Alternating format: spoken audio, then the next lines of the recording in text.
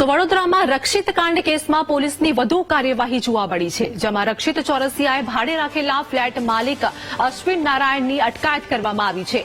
1 મહિના પહેલા નિઝામપુરમ ગાયત્રી એપાર્ટમેન્ટમાં રક્ષિતે ફ્લેટ ભાડે રાખ્યો હતો। જાહેરનામા ભંગનો ગુનો દાખલ કરી ફ્લેટ માલિકની પણ અટકાયત કરવામાં આવી છે। તો કારની વિગતો મેળવવા પોલીસે ફોક્સવેગન કંપનીની પણ મદદ લીધી છે। પુણેથી કંપનીના 3 સેફટી ઓફિસરે વડોદરા આવીને તપાસ પણ શરૂ કરી છે। કારના ડેટા જર્મની મોકલવામાં આવ્યા છે। તો તપાસ પછી કારની સ્પીડ, એરબેગ ખુલવાનો સમય સહિતની વિગતો પણ ખુલશે। સંવાદદાતા માનુ અમારી સાથે જોડાઈ ગયા છે। વડોદરામાં રક્ષિત કાંડ કેસમાં પોલીસ દ્વારા વધુ કાર્યવાહી, શું હાલની વધુ અપડેટ?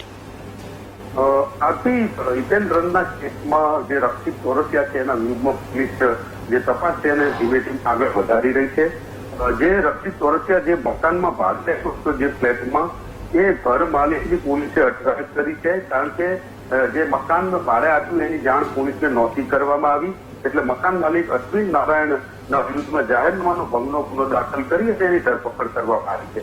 બીજી તરફ પોલીસની જે ફોક્સવેગન કાર છે એના જે સુપરવાઇઝરોને બોલાવી અને સેફ્ટી ઇન્સ્પેક્ટરો આવ્યા હતા ને એમના દ્વારા કામ નિરીક્ષણ કરીને એનો ડેટા લેવામાં આવ્યો છે।